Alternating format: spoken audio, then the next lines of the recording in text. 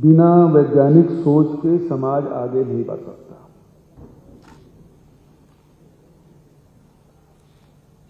जिन लोगों ने, जिस समाज ने विज्ञान का सहारा लिया, वो समाज आगे बढ़ गया। यदि प्राचीन काल की बात करें तो पहले जब लड़ाइयां होती थी पत्थरों से, लाठियों से, फिर तलवारों से, हमारे देश में बहुत लंबे समय तक तीर भाला और बरछी भाला और तलवार से लड़ाइयां लड़ी जाती थी, कोई पैदल, कोई घोड़े में, कोई हाथी में। लेकिन जिसके पास पहले बारूद आया उस देश को कब्जा कर लिया। उसका बहुत दिन तक शासन चला, लेकिन जिसके पास पिस्तौल आया उन्होंने देश को कब्जा कर लिया।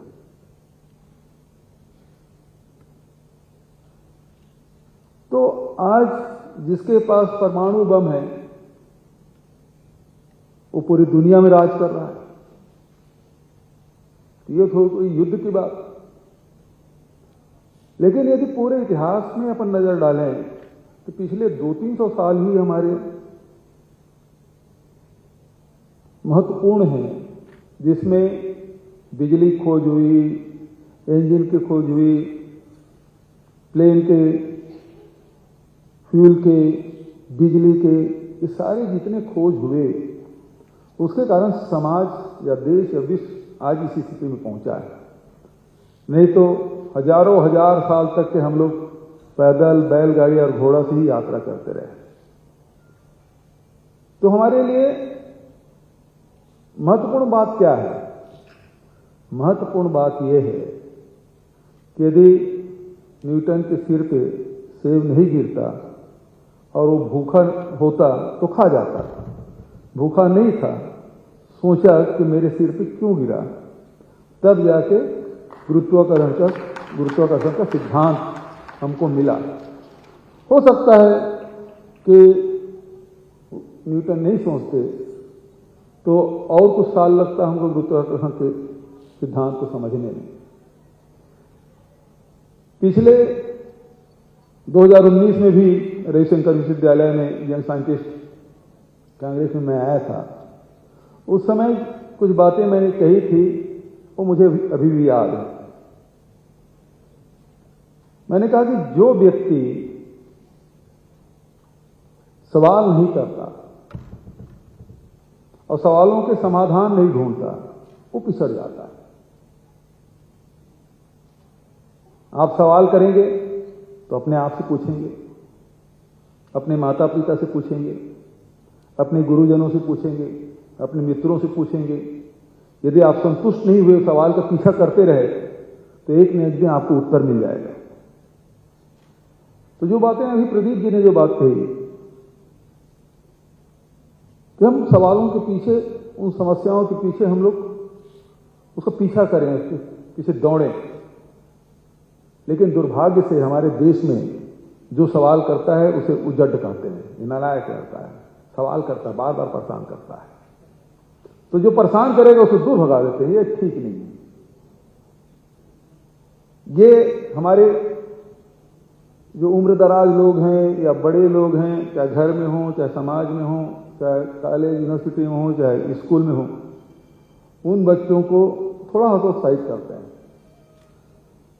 और सवाल पूछना आज अपराध सा हो गया है। आप जनप्रतिनिधि से सवाल पूछेंगे तो फिर आप देशद्रोही कहलाएंगे। आप सवाल नहीं कर सकते साहब। तो जब सवाल पूछना आप बंद कर देंगे अपने आप से, समाज से, देश से, तो ये पिछड़ेपन की निशानी है। और जैसे जैसे सवाल पूछेंगे उसका उत्तर मिलता जाएगा, आप प्रगति करते जाएंगे। इस देश में अंग्रेजों से आने से पहले विज्ञान उस रूप में नहीं था जो आज दिखाई देता है। ये तो यूरोपियन कंट्री की देन है।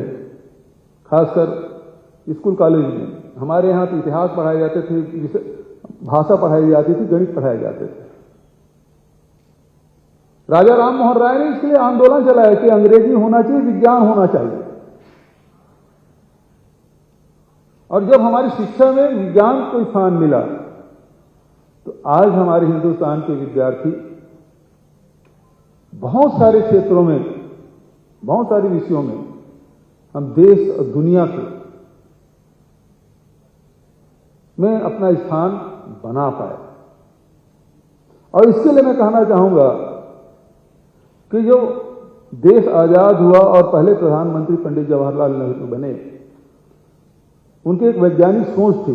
बहुत कम लोगों को मालूम होगा, कुछ साइंस के स्टूडेंट थे, उसमें ऑनर्स की डिग्री ली, बहुत कम लोगों को मालूम है। उनको वकील के रूप में सब जानते हैं, लेकिन उनका ग्रेजुएशन साइंस में हुआ।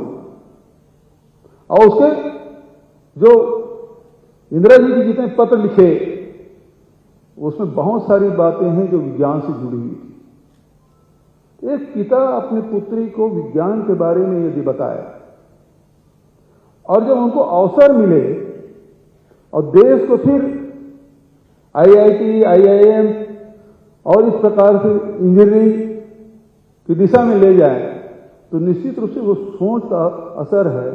और उस सोच के कारण से जो आधारभूत संरचनाएं हिंदुस्तान में निर्माण हुआ, और उसके कारण से जितने हमारे वैज्ञानिक हुए, आज दुनिया में चाहे डॉक्टर हो, चाहे इंजीनियर हो, पूरी दुनिया में हमारे हिंदुस्तान के नौजवान फैले हुए हैं।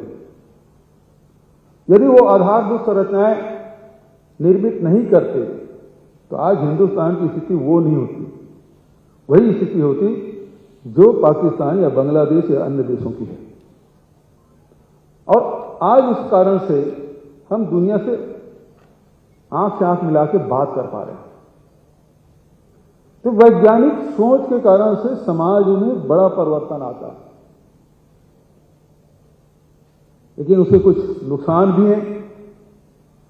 बारूद से जहां लड़ाइयां जीती जाती है, बिजली पैदा किया जा रहा है,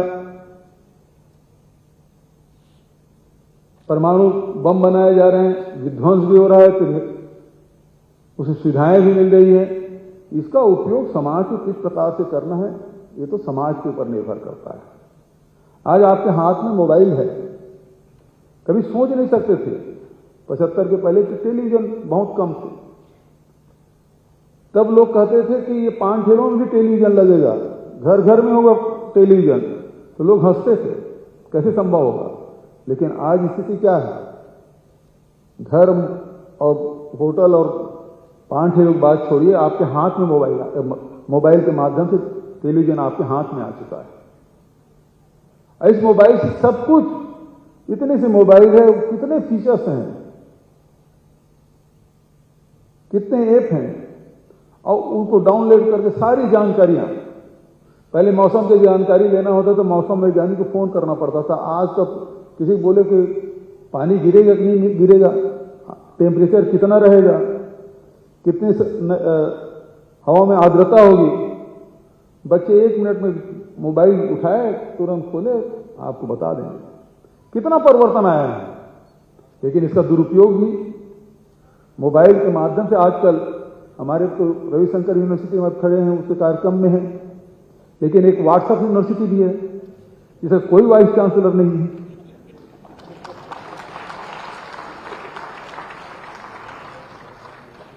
और वो सारी बातें परोसी जाती है जो दिमाग को कचरा बना देती है। ऐसे ऐसी चीजें उसमें लिख देते हैं, आपकी नजर से यदि गुजरे तो दिमाग के किसी कोने में बैठा रहता है, और कभी कोई बात, अनुकूल वातावरण मिले तो फिर वो उभर के सामने आता है, उसी सच मानना शुरू कर देते हैं। ये बिना प्रमाण के आजकल सारी बातें कही जाती हैं, चाहे वो महात्मा गांधी जी के बारे में हो, चाहे नेहरू जी के बारे में हो, चाहे हमारे और महापुरुषों के बारे में हो। कितनी बातें तोड़ मड़ोड़ के पेश की जाती है, तो इतिहास और हमारे दर्शन वो सब मटिया में हो गया है। दुनिया में जितने दर्शन है उससे कहीं ज्यादा दर्शन तो हमारे इस देश में, 6 दर्शन यहां इस देश में, न केवल विज्ञान के क्षेत्र में, पदार्थ के क्षेत्र में, बल्कि मन के स्तर में जितने शोध इस देश में हुआ है, हमारे ऋषि मुनियों ने किया है, दुनिया में कहीं कुछ नहीं हुआ है। आप दूसरे देशों में देखेंगे, चाहे इस्लाम की बात करें, चाहे आप क्रिश्चियनिटी की बात करें, ये मोहम्मद के बाद, मोहम्मद पैगंबर के बाद तो इस्लाम में इस प्रकार के इतने कुछ संत महात्मा हुए, या क्रिश्चियनिटी में आप देखेंगे उनके बाद कोई दूसरा आया। लेकिन हमारे वेदों के बाद आप देखेंगे बुद्ध भी आए, महावीर भी आए, शंकराचार्य भी आए, और सबने इसके उलट सब बातें कही जो वेद में है। हालांकि आधार वेद ही रहा, लेकिन उसके बाद उसके दर्शन अलग अलग, तो उसमें भी शोध हुआ। लेकिन इन सब चीजों को इतना हम लोग उलट फेर करके बताते हैं कि हम लोग उसी में लड़ाई लड़ रहे हैं। नया क्या कर रहे हैं? आप वर्तमान समस्याओं को यदि पुराने प्रयोगों के आधार पर किसी निर्णय पे पहुंचेंगे तो नया कोई शोध, नया दिशा आप समाज को दे ही नहीं सकते, चाहे पदार्थ के क्षेत्र में हो, चाहे दर्शन के क्षेत्र में। हमारी उलझन यही है। आज जो हमारे पास समस्या है, आज क्लाइमेट चेंज हो रहा है, आज यदि वातावरण में बदलाव आया है, गर्मी के समय बदल रहा है, बरसात का समय बदल रहा है, ठंड में कमी आ रही है। अच्छी बात है, साइंस ने खोज लिया कि आपको गर्मी लग रही, पंखा लगा लो, और ज्यादा गर्मी बढ़ गई तो कूलर लगा लो, उससे भी ज्यादा आपको आराम नहीं मिल रहा है तो एसी लगा लो। लेकिन ये जो गर्मी क्यों बढ़ रहा है, उसके मूल में आप नहीं जाएंगे कि वातावरण परिवर्तन क्यों हो रहा है, इसका शोध नहीं करेंगे, उन समस्याओं को नहीं जानेंगे, यदि बीमारी ही नहीं जाने की इलाज क्या करेंगे आप? तो आज जितना कार्बन उत्सर्जन हो रहा है, चाहे उद्योगिक माध्यम से हो, चाहे मोटरसाइकिल के माध्यम से हो, चाहे जनसंख्या में जितनी वृद्धि हो रही, देश जब आजाद हुआ तो मुश्किल से 33 करोड़ की जनसंख्या थी, आज 142 करोड़ की जनसंख्या हो गई है। हालांकि जनगणना 2021 में लंबित था, 2023 आ गया है, लेकिन जनगणना प्रारंभ नहीं हुआ। लेकिन जिस हिसाब से भी कहा जाए, दुनिया के नंबर 1 हम जनसंख्या में हो गए हैं, और किसी में हो ना हो, कम से कम जनसंख्या वृद्धि में तो हमारा नंबर 1 स्थान हो ही गया है।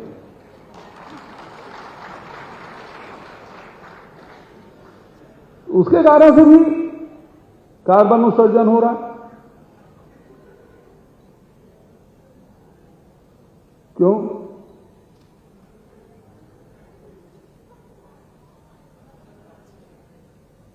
तो इन समस्याओं के यदि जड़ में नहीं आए, क्यों ऐसा हो रहा है? हमारी छत्तीसगढ़ में बारिश क्यों कम हो रही है, गर्मी क्यों बढ़ रहा है, उन कारणों पे हम नहीं जाएंगे तो निश्चित रूप से हम शुतुरमुर्ग की तरह रेत में सर घुसा के ये सोचें कि तूफान निकल गया है। ये उसी प्रकार की बात होगी। तो वैज्ञानिकों से, खासकर नौजवान वैज्ञानिकों से मैं कहना चाहूँगा, हम लोग थोड़े से प्रयास छत्तीसगढ़ सरकार की ओर से किए, जिसके बारे में उल्लेख हमारे वाइस चांसलर ने भी की, और अभी संचालका ने तो बहुत छत्तीसगढ़ी में उन्होंने मुझे आमंत्रित किया, जो दूसरे प्रदेश से आए हैं वो शायद छत्तीसगढ़ी न समझते हों, लेकिन भोजपुरी वगैरह से तो मिलता जुलता है। जो अवधी जानते हैं, भोजपुरी जानते हैं, तो छत्तीसगढ़ी समझने में, क्योंकि छत्तीसगढ़ी, हिंदी, भोजपुरी सब एक ही बहने, 600-650 साल पुरानी ये छत्तीसगढ़ी, हिंदी और भोजपुरी की शुरुआत हुई है, तो मिलता जुलता है। तो हम लोगों ने जो शुरुआत की, छत्तीसगढ़ के 4 चिन्हारी, नरवा, गरवा, घुरवा बाड़ी, जिसके बारे में प्रदीप जी ने बताया, ये दरअसल आज लोगों की जो आवश्यकता है, लोगों की समस्या है, और आज की समस्या को हम प्राचीन तौर तरीके से नहीं, बल्कि आज के समय के हिसाब से उसका निराकरण सोचें। केवल धार्मिकता की बात नहीं होनी चाहिए, बल्कि उसमें अर्थ भी जुड़ा होना चाहिए। हम गाय हमारी माता कह देने भर से बात नहीं होगी, बल्कि गाय के कारण से आज जो खुले में जो पशुधन घूम रहे हैं और उसके कारण से फसलों को नुकसान हो रहा है, रोड एक्सीडेंट हो रहे हैं और तमाम प्रकार के और गंदगी फैल रही है। यदि इसे निजात पाना है तो उसके लिए समाधान ढूंढना होगा और उस समाधान की दिशा में हम लोगों ने प्रयास किया कि पूरे देश भर में या पूरी दुनिया में कहा जा सकता है कि छत्तीसगढ़ सरकार पहली सरकार है उस समस्या के समाधान में गोबर खरीदने का निर्णय लिया और 2 रुपये किलो में गोबर हमने खरीदा। जब गोबर खरीदे तो बहुत सारे लोग मजाक उड़ाए, जिसको राजकीय चिन्ह बना लीजिए। फिर किसी ने कहा कि गाय जब गोबर देती है कभी कड़ा भी रहता है, कभी पतला भी रहता है, किसी बाल्टी में ले जाएंगे कि धुआं में ले जाएंगे, किसी लीटर में नापेंगे कि किलो में नापेंगे, तमाम प्रकार की बातें हुई। मुझे विवेकानंद जी की वो उक्ति याद आई कि पहले लोग इसका हंसी उड़ाते हैं, बाद में विरोध करते हैं और अंत में उसको स्वीकार कर लेते हैं। तो पहले हमारी भी हंसी उड़ाई गई, फिर विरोध भी हुआ, अब लोग स्वीकार भी कर लिए कि नहीं ये बहुत बड़ी योजना है, क्योंकि केवल गोबर भर नहीं खरीद रहे हैं, गोबर से वर्मी कंपोस्ट बना रहे हैं, कार्बन को धरती में ले जाने का प्रयास, जो पराली जला रहे थे उसे गौठान में हम पहुंचा रहे हैं, उसको जला के कार्बन वातावरण में कार्बन हम पहुंचाने का काम नहीं कर रहे हैं, बल्कि कार्बन को जमीन में मिलाने का काम कर रहे हैं। वेदों में भी यही कहा गया है कि जितना आप धरती से लेते हैं, प्रकृति से जितना लेते हैं, उसको वापस करें। ये प्राचीन हमारे ऋषि मुनि जो बात कहा गया है, आज भी हम लोगों को वही काम करना है। जो चीज हम प्रकृति से ले रहे हैं उसको वापस किसी न किसी रूप में हमको करना चाहिए। इस रूप में नहीं कि धरती से हम अन्न ले रहे हैं तो पराली जला के उसको वातावरण में भेजें, बल्कि उसे कार्बन के रूप में कन्वर्ट करके जमीन के अंदर फिर से पहुंचा दें तो उर्वरा शक्ति होगी, हेल्थ फाइल उसे सुधरेगा और हेल्थ फाइल सुधरेगा तो आपको भी जो अनाज है, फल सब्जी है, वो भी आपको शुद्ध मिलेगा। तो आज दुनिया भर की जो बीमारी हो रही है, यदि उससे निजात पाना है तो आपका भोजन शुद्ध होना चाहिए, आप जो सांस ले रहे हैं वो हवा शुद्ध होना चाहिए और इसके लिए समाज के हर व्यक्ति को योगदान देना होगा। और इसी दिशा में आज रोजगार की बड़ी समस्या है। हमारे सामने नौजवान साथी हैं, सामने में बैठे हैं, वो तो अपना जीवन जी चुके हैं, समाज को देने के दिशा में लोग आगे बढ़े हैं।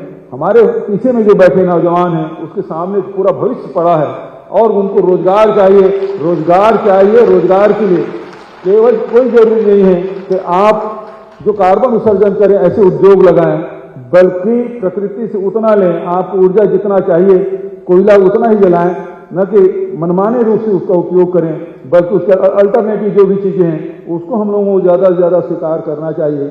और पैसे कमाने के लिए जरूरी नहीं है कि बड़े बड़े उद्योग खड़ा कर दिया जाए, बड़े उद्योग खड़ा करके आपको रोजगार मिलेगा। अब जो अध्ययन जो आया है, आज हजारों मेगावाट की पावर प्लांट लगा लीजिएगा, उसमें रोजगार कितने लोगों को मिलता है? यदि 400 मेगावाट के आप पावर प्लांट लगाएं, 400 लोगों से ज्यादा नहीं लगेगा आपको। आजकल टेक्नोलॉजी और ज्यादा आ गया तो और कम लोगों में हो रहा है। लेकिन प्रकृति ने हम सबको छत्तीसगढ़ में इतना कुछ दिया है, यदि प्रकृति के साथ जुड़ के उन सब चीजों का वैल्यू एडिशन करें तो हमको रोजगार खोजने की बाहर जरूरत नहीं है। आज जैसे हमने गोबर खरीदना शुरू किया तो साफ सफाई हो रहा है, खेतों को खाद तो मिल रहा है, लेकिन जो गौ पालक है उसको पैसा भी मिल रहा है, उसकी अर्थव्यवस्था सुधर रही है।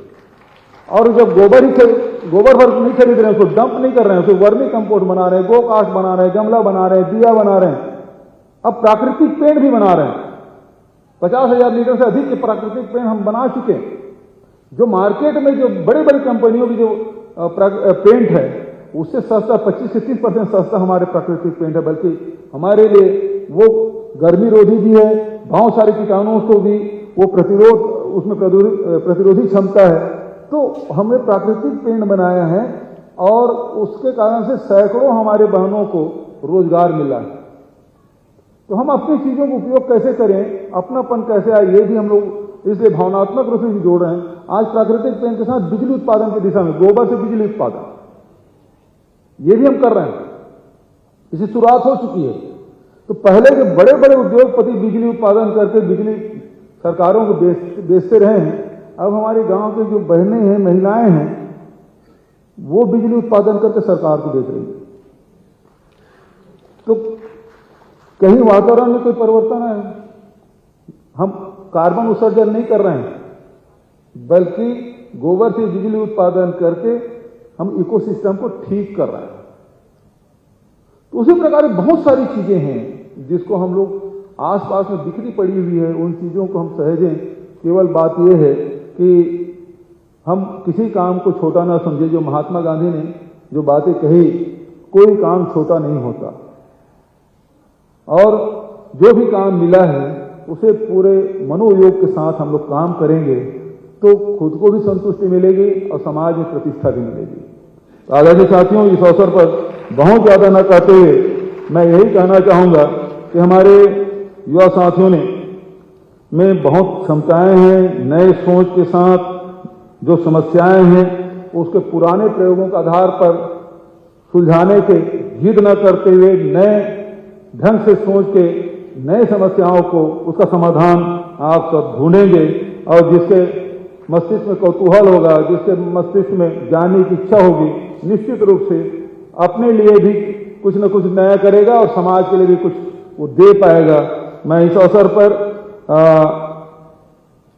अंत में एक बात और कहना चाहता हूं, क्योंकि योजना आयोग का मैं अध्यक्ष भी हूं, इसलिए पिछले 3 साल से हम लोग छोटे छोटे प्रयोग करने के लिए जो नए वैज्ञानिक हैं उसको आर्थिक सहयोग भी योजना आयोग के माध्यम से कर रहे हैं। इसके माध्यम से बहुत सारे लोगों ने उसका लाभ उठाया है।